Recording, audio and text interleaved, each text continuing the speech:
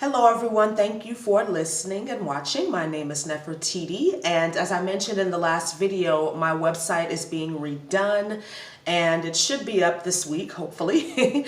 But I wanted to give you my email address. If you have any questions or if you'd like to book a session, you can email me here at yoginefertiti@gmail.com. So this is an energy update for the week beginning Monday, October 7th through October 16th. And there's been a lot of attuning and adjusting going on. We are moving into Scorpio season, and Scorpio is that deep energy, that psychic energy, and then we've got Uranus in the mix. So this is kind of a wild card, right? But it's good to have this time for reflection, for going deep. A lot of Scorpio energy is all or nothing. And we are getting to that point now where we're moving into those higher states of being, those higher states of thinking. And we have to be willing to eliminate those things that no longer serve us in a positive way. We need to be willing to heal. And healing is not fun. It's not. Right? But it's necessary. It's a part of this journey on this planet in this energy of duality. All right? So let's start off with today, October 7th. This is a day where we could feel kind of wishy-washy, but Mercury is opposing Uranus, and oppositions are always about awareness. This could bring up some mental tension, perhaps some resistance to ideas, but this is also a good energy for getting epiphanies and for thinking outside of the box, those aha moments. But this could feel like a lot of mental pressure, so take your time. Maybe not the best day to make important decisions, but you do what you got to do, right? We've also got the Sun square Saturn. And this could be challenging our career, our finances, our duties and responsibilities can seem amplified, right? It's like we always have things to do. We can never take a break. And we are going into a period, especially next year into 2020, where a lot of us light workers are really going to be called to step up to the plate, whether we're ready, we think we're ready or not. So now is the time for us to prepare by doing our healing work, by doing our shadow work, because the Scorpio Saturn type of vibe that we're getting this week is great for shadow work, for exploring those deep inner parts of ourselves that we deny sometimes because they're not as sexy as some of the other components of spiritual walk and spiritual living, right? But it's necessary. It's necessary for us to do shadow work. It's necessary for us to have challenges because that's what makes us stronger.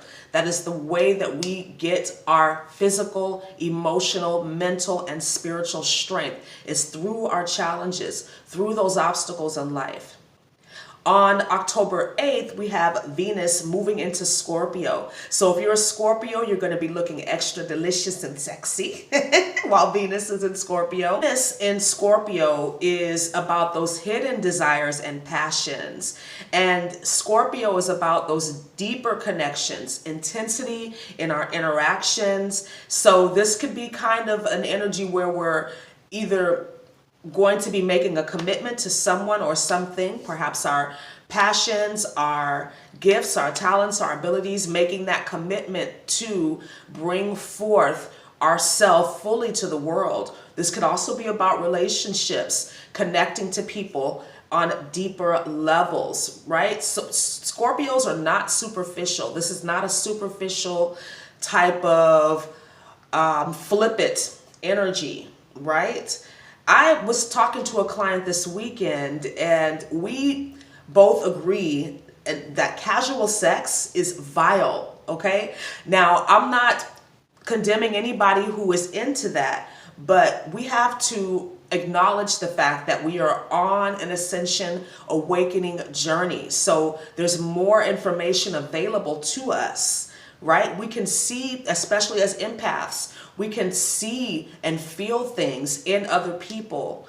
And this could translate into you taking on energies that you don't want to take on. And we need to be mindful of that right? We don't have to always, it's not just sexually transmitted diseases we need to be worried about, sexually transmitted demons. But as empaths, we have to constantly practice discernment, knowing what's our energy and what isn't, right? On the 12th, Venus is going to oppose Uranus. So this could be unexpected meetings, unexpected connections. This is a Saturday, so this could be an unexpected good time. But oppositions are awareness, outside influences, right? So people could shock you. People could do things that surprise you, right? You could do things that surprise you.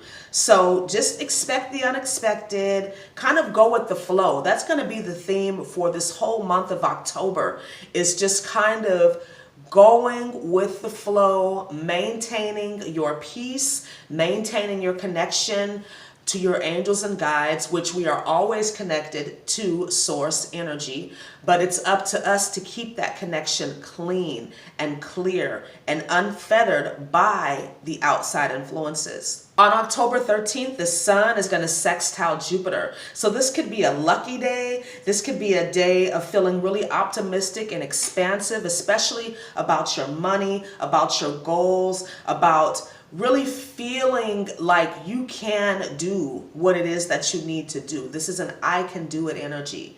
And I really like that. We need that. On the 13th is the Aries full moon, and this is exact at 3:08 p.m. Pacific Standard Time. Aries is the warrior. Aries is that energy of initiations and new beginnings. And this full moon is in harmony with Jupiter, so that's great. But we do have a T-square with Pluto, and this could be about power struggles. This could make this energy very explosive, maybe bringing up that negative subconscious energy, and we could be projecting that out. Other people could be projecting that to us, so it's very important to stay out of drama.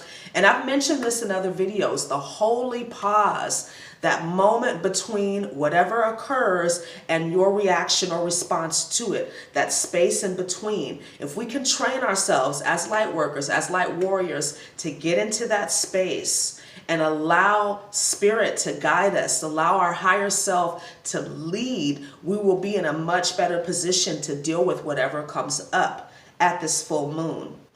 If something is not working for you, if something is no longer serving you, at this full moon, you will see that, and you will be able to see other opportunities, other ways of things working out. So overall, this is a good energy. This month, like I said, is going to be very transformative, I believe, for money, for relationships. We do have Mercury going retrograde at the end of the month, and Mercury is going to be in Scorpio for almost over 2 months. So we're kind of getting a feel for it right now with Venus in Scorpio and the sun moving into Scorpio later on this month, okay? So take care of yourselves. Extreme self-care is important right now, and allowing yourself that time to go within. We may have been feeling over the past couple of weeks a little bit of a disconnect, right? I know I felt it over the weekend. I did a video about the dissonance that I felt, and this is a part of the healing. So now I'm going to offer you some crystal healing, some crystal therapy. And the crystal that came up this week was ruby. And ruby helps us to experience more love, more passion. Ruby is great for fertility if you're trying to conceive, or if you're trying to give birth to new ideas, new passions, right? Ruby is one of those crystals you need to be careful with. If you're easily triggered or irritated, ruby can kind of exasperate that. But ruby also helps to sharpen your mind and can help you to get through any confrontations or disputes that may come up, right? We do have that Pluto energy, Pluto just going direct, and Pluto is about transformation, death and rebirth. Pluto is about power struggles, so we could be having some of that go on this month, and ruby will help you to kind of temper those attitudes. Ruby is a psychic protection stone, so it'll help to guard against psychic attack. And on a physical level, ruby helps improve circulation. And as I mentioned, it is a great stone for fertility, especially in older women. I remember when I got pregnant with my son, I was wearing a ruby, okay? And I'm 40 now. I'll be 41 in a couple of months. So there you go. All right, let's move on to the angel number. And the angel number that came up was 357. And this is about knowing your truths, your values, and your beliefs. 357 is about personal responsibility, accepting and owning your power, and not allowing yourself to be negatively influenced by anyone or anything. And this also means not allowing yourself to get into that thought space of wanting other people to suffer, wanting other people to pay for what they've done to you. Honey, chances are they ain't even thinking about you. They're off hurting somebody else, doing whatever it is that they do. But it's your responsibility, even if you've been hurt by someone else, it's your responsibility to heal that, to examine that, because you attracted that on some level for your healing. I believe that all things work together for our good. They're not going to always feel good. They're not going to always be good, but ultimately it is for our good. So do not allow yourself to be negatively influenced by anyone in any type of way. And this requires you trusting your intuition and following it. Even if it seems crazy, a lot of the things that our intuition guides us to do make no damn sense. Right? And we should be accustomed to that by now. But a lot of times we get these intuitive messages and we still question it. But we are dealing with energy that is of a higher resonance than our situation that we're inquiring about. We cannot solve problems from the level where the problem exists. So trust those intuitive messages and follow through. And know that your angels and guides are sending you positive energy, encouragement, and helping you to release these self-sabotaging behaviors, because that's a lot of that Scorpio energy. Scorpio energy is about examining self-sabotage and how we hold ourselves back. All right? So let's move on to the Oracle card. And again, I'm working with this deck. And I'm going to pull this card for you in real time. So let's see what our angels and guides, God, Goddess, ancestors, source energy wants us to know. What is it that we need to know for this week? Ooh, this card popped right out. Ha!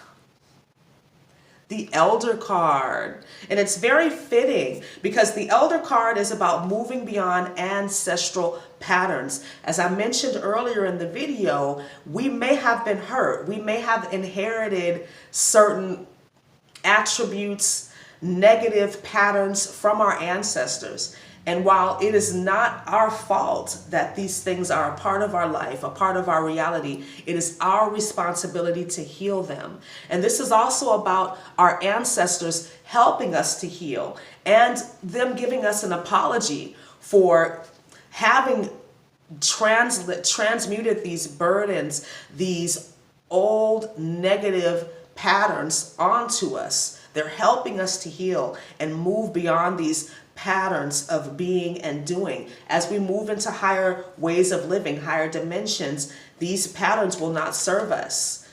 And we also need to remember that we can't go back.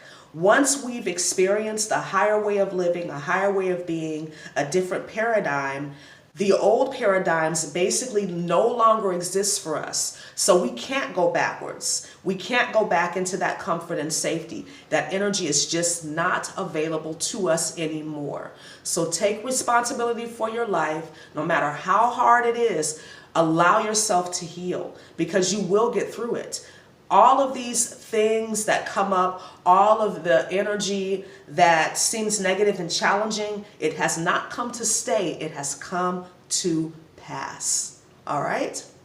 So thank you so much for listening and watching. Please like, comment, subscribe, and share. And if you'd like to support my channel, you can do so using the PayPal or Venmo links below. Have a wonderful week. I'll speak to you again soon. Namaste.